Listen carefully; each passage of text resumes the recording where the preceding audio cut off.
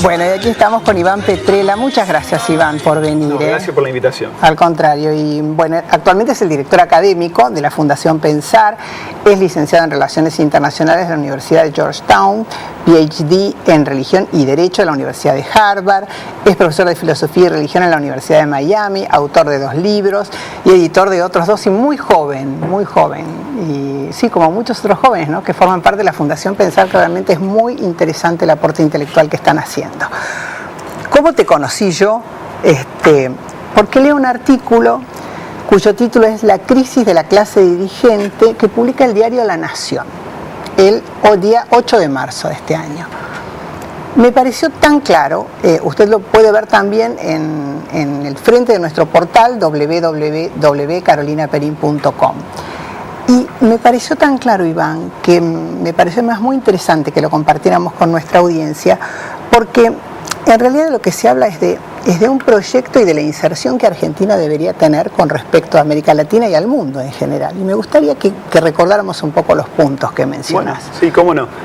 En el artículo trata de pensar un poco una paradoja que se da en Argentina. En la Argentina, desde 1989 hasta el 2010, digamos, los últimos 20 años, creció una barbaridad. O sea, crecimos un 130%. Digamos, si uno mira América Latina en esa época, Chile es el país que más crece. Sí. Después estamos nosotros, un poquito por arriba de Perú, y después Brasil y Uruguay. O sea que Argentina tuvo unos 20 años de gran éxito en cuanto a crecimiento económico. Sí. Pero tenemos una gran diferencia con la región a pesar de eso. Nosotros crecimos, pero no nos desarrollamos. La región creció y se desarrolló. Ahora, ¿cómo sabemos? ¿Cómo se mide esto? Digamos, hay distintas maneras, pero una manera es evaluar si la gente vive mejor. O sea, si por ejemplo bajaron los niveles de pobreza. Y uno ve que en Chile, en esos 20 años, la pobreza baja un 61%. En Brasil un 49%. En Uruguay un 29%. En la Argentina apenas un 6%. O sea que ese gran crecimiento no se traslada a una mejora en la calidad de vida de la población. Y la pregunta del millón es, ¿por qué? ¿En qué somos distintos nosotros? Y ahí yo ofrezco unas ideas que son básicamente 4 actitudes irresponsables que nos llevan al no desarrollo. Y esas actitudes, la primera es lo que yo llamo la irresponsabilidad económica. Y el ejemplo puntual es, la que sufrimos todos, la inflación. O la dispersión de precios, como dicen algunos. Digamos, somos el único país de América Latina, sacando Venezuela, que tiene inflación de 2 dígitos. Con una memoria, digamos, que nos produce tanto daño, porque los de mi generación tenemos muy claro lo que significa un proceso inflacionario, no solamente la devaluación del salario, sino el no acceso a posibilidades de crédito. Es decir, es imposible sentir que un país, o que uno puede tener una previsibilidad con una inflación de 2 dígitos. No, hace un daño enorme. Y lo inusual o lo peculiar es que en el mundo, en casi todo el mundo, ya no existe la inflación. Digamos, hay muy pocos países que sufren de problemas inflacionarios. Digamos, se ha aprendido cómo no tener inflación. Nosotros parecemos no haber aprendido esa lección. Y como bien se sabe, la inflación golpea más a los más pobres, porque donde más afecta es el precio de la canasta familiar, o sea, por ende el asalariado que gana poco es el que más sufre. Esa es la primera irresponsabilidad económica. Ejemplo, la inflación. La segunda irresponsabilidad es la irresponsabilidad social.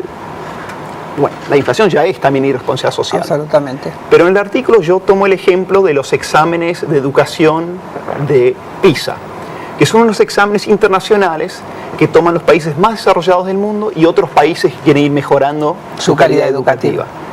Argentina tradicionalmente ha estado en la vanguardia de la región, o sea, hemos tenido, digamos, grandes escuelas, grandes profesores, un nivel de educación muy alto. Y en el año 2000, en esos exámenes, Argentina estaba en la vanguardia de la región.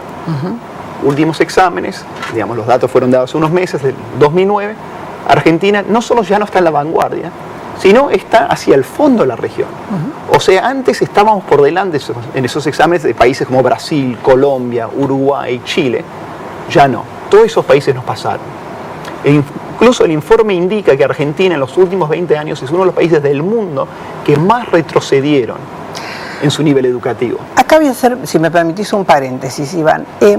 ¿A qué atribuís vos eso? Es decir, yo siempre cuento, y tengo bastante cansada, me parece, a la gente con esto, soy fruto bueno o malo, pero de la escuela pública, ¿no?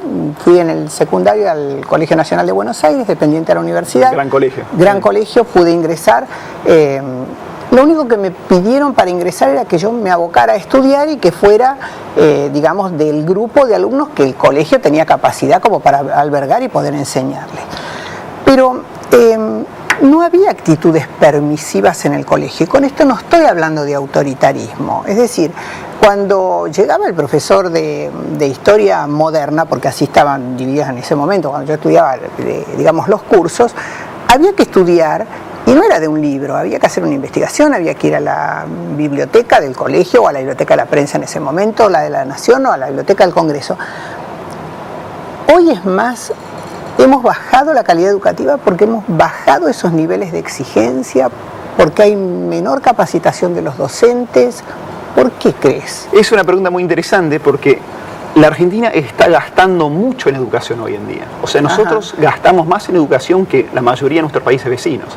Y a pesar de eso nos está yendo mal. O sea, estamos gastando mucho, pero estamos gastando mal. O sea, estamos usando una mala técnica para manejar la educación. Claramente. Y yo creo que lo que decís vos, en parte tenés razón, que es el tema de que se ha perdido la cultura del estudio.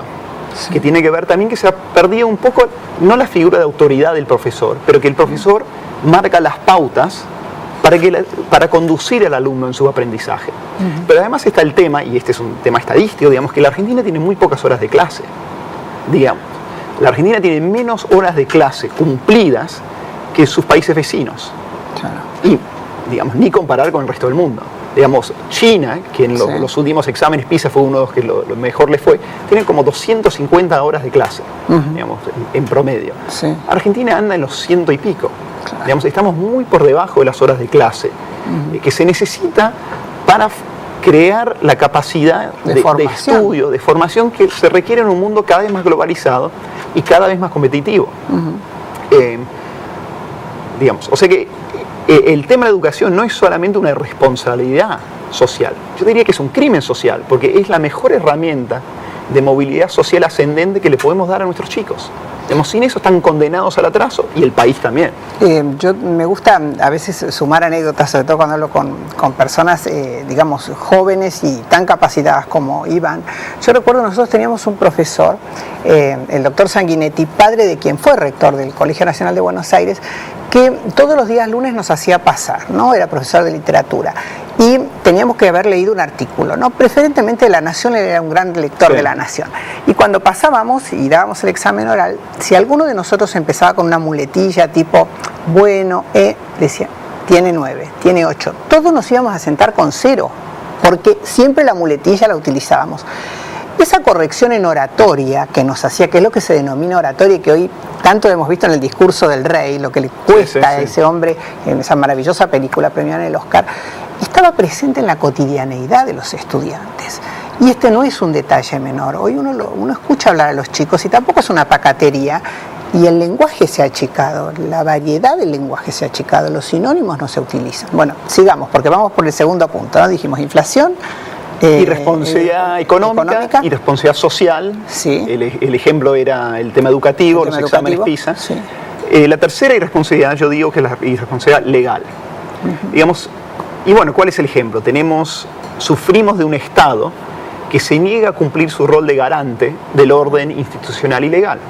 Y ante la ausencia del Estado, se ha instalado una cultura del apriete y el escrache, donde ocurren conductas insólitas, digamos, que no están permitidos en ninguna otra parte del mundo, donde la quema de puertas de edificios públicos, donde la destrucción del espacio público es convalidada a veces como legítima protesta social. O como el no hacer. O como el no hacer, digamos, y eso no está permitido, digamos, es una confusión legal que afecta al país, digamos, que nos quita prestigio ante el mundo y que también, digamos, impide inversiones, el pensamiento estratégico a largo plazo, etcétera. También afecta el bienestar de la población.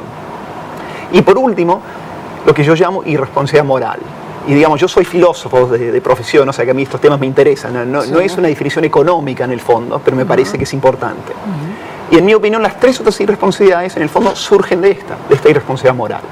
Ahora, ¿cómo se mide? Una manera de medirlo es ver índices de corrupción. Y tal vez la índice de corrupción más famosa es la que arma la ONG Transparencia Internacional, muy conocida. Sí, sí. Y si uno mira ese índice y toma, por ejemplo, algunos países vecinos, Chile y Uruguay, de acuerdo a ese índice, Chile y Uruguay son países muy poco corruptos, o sea, son países muy transparentes. Chile está 21 en ese ranking, Uruguay 24.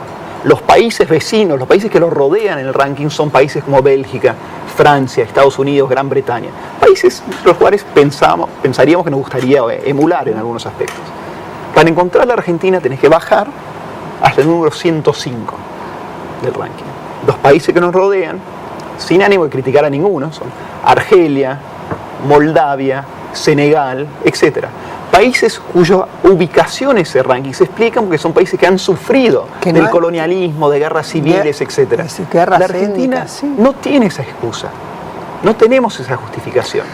¿Vos sentís, Iván, que, digamos, en lo que has venido observando, estudiando a lo largo de tu vida, que hubo un punto de inflexión? ¿Qué cambió, te diría yo, entre aquella infancia que yo sí viví, que era la del barrio, y la de, te diría hasta de la libreta de hule del almacenero, que confiaba en que a fin de mes iba aquel asalariado y le pagaba lo que había consumido, en el apretón de manos que decía esto quedó saldado con un apretón de manos, y la Argentina de hoy. ¿Qué nos hizo tan corruptos? Porque uno no puede decir hay una dirigencia corrupta si no hay una sociedad que de alguna forma va convalidando. Si vos me preguntás, yo no me siento corrupta, pero seguramente formo parte de una sociedad que convalidó este grado de corrupción. Claro, bueno, es una gran pregunta sociológica, sí. Casi. Digamos, no sé si me atrevo a dar una respuesta completa, pero claramente, digamos, la crisis del 2001 fue una crisis tremenda. Y creo que uno de los efectos de esa crisis, que además, en mi opinión, promueve en muchos casos el gobierno nacional, es la pérdida de la autoestima. Digamos, hemos perdido nuestra autoestima como sociedad.